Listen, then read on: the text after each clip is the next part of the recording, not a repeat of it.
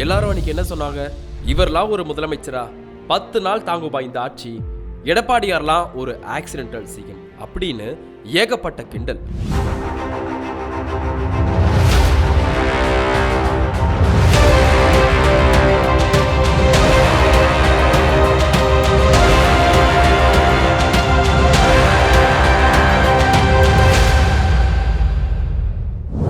அமைதியாக இருந்து செஞ்சு காட்டினாரே ஒரு சம்பவம், அதுதான் வரலாறு. ஊரே குழப்பத்துல இருந்தப்போ கட்சியை மட்டும் இல்ல, தமிழ்நாட்டையே தாக்கு பிடிச்சது யாரு? ஒரு விவசாயி. கொஞ்சம் யோசிச்சு பாருங்க. 2017 இருந்து 2021 வரைக்கும் இந்தியா முழுக்க பொருளாதார சரிவுல தத்தளிச்சப்போ நம்ம தமிழ்நாடு மட்டும் கெத்தா தலை நிமிர்ந்து நின்னுச்சு. இந்தியாவோட மொத்த வருமானத்துல கிட்டத்தட்ட 8.4% தனி ஆளா கொடுத்து இந்தியாவையே தாங்கின மாநிலம் நம்ம தமிழ்நாடு.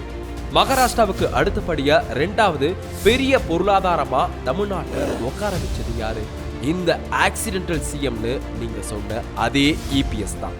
அது மட்டுமா, சும்மா ஒரு வருஷம் இல்லைங்க, தொடர்ந்து 3 முறை, ஆமா 3 வருஷமா இந்தியாவிலேயே சிறந்த மாநிலம்னு ஆட்ரிக் அவார்டு வாங்கினது இபிஎஸ் காலத்துல தான். மத்திய அரசாங்கமே சிறந்த நிர்வாகம்னு சர்டிபிகேட் கொடுத்துச்சு.